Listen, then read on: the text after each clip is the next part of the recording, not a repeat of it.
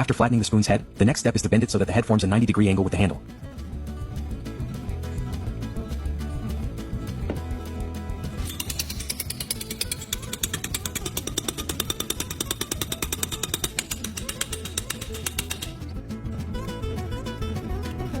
The handle of the spoon is a bit too long, so now we'll trim it down to make it shorter and easier to work with.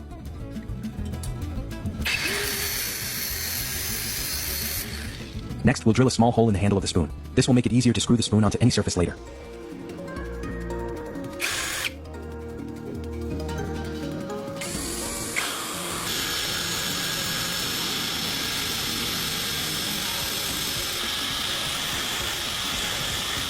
When drilling, take it slow because the spoon's handle surface is quite slippery. It's easy for the drill to slip off. As you can see here, I almost ruined a spoon by pressing too hard.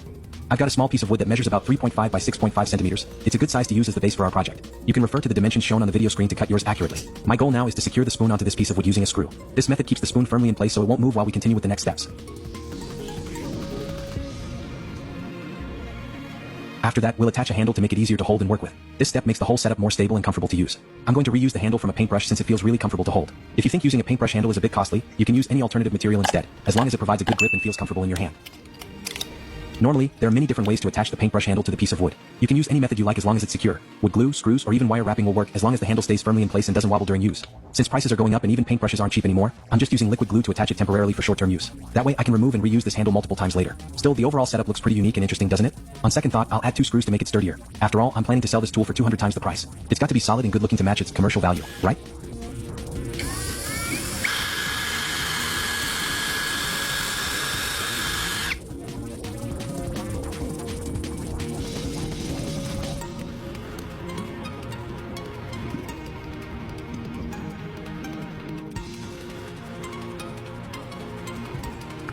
This is a familiar tool in heat soldering videos, a piece of wire with crocodile clips at both ends. We'll connect one end to the screw that secures the spoon to the wood. This allows electricity to flow from the power source to the spoon.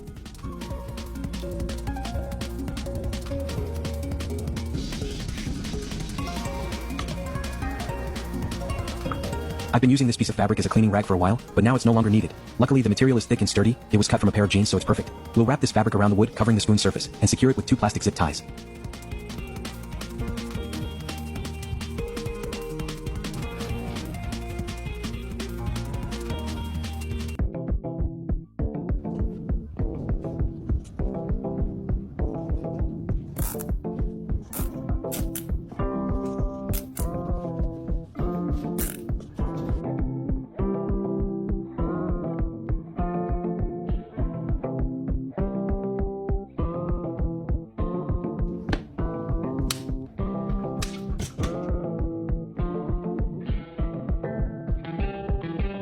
To provide a moderate power source for the next test, I'll use a small battery. This battery delivers a stable current, enough for the upcoming steps without overloading or posing any danger. We'll connect this end of the wire to the negative terminal of the battery. I have another similar wire to connect to the positive terminal of the battery. Now, prepare a bottle of diluted salt solution. You can follow the mixing ratio I'm using here in the video to ensure the solution conducts electricity well while remaining safe for the experiment.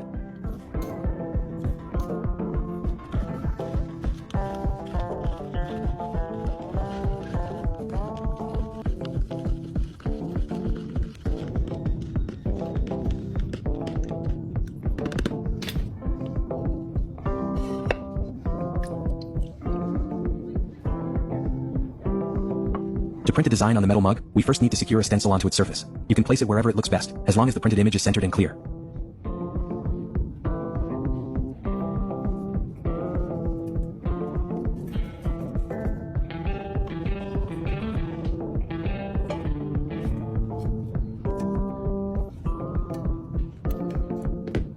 Once the simple stencil is secured on the mug, the next step is to connect the positive terminal of the power source to the mug itself. This allows electricity to flow through the mug's surface, preparing it for the printing process.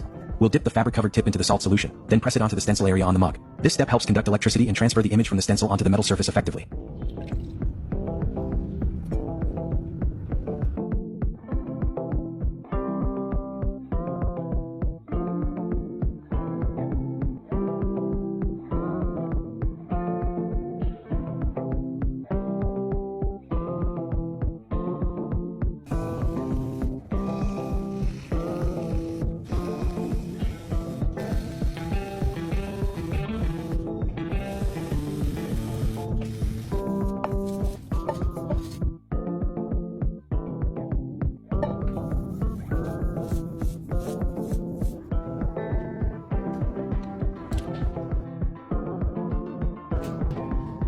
This process takes quite some time, so now I'll peel off the stencil to see the results. This is the moment to check if the design came out clear and evenly.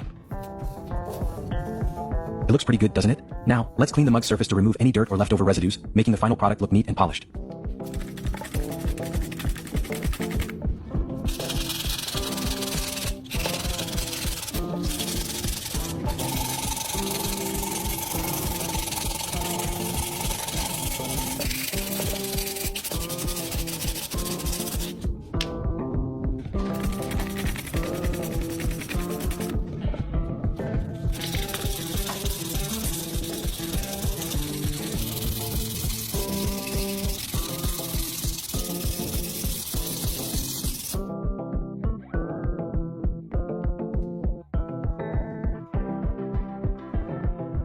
Alright, the video ends here.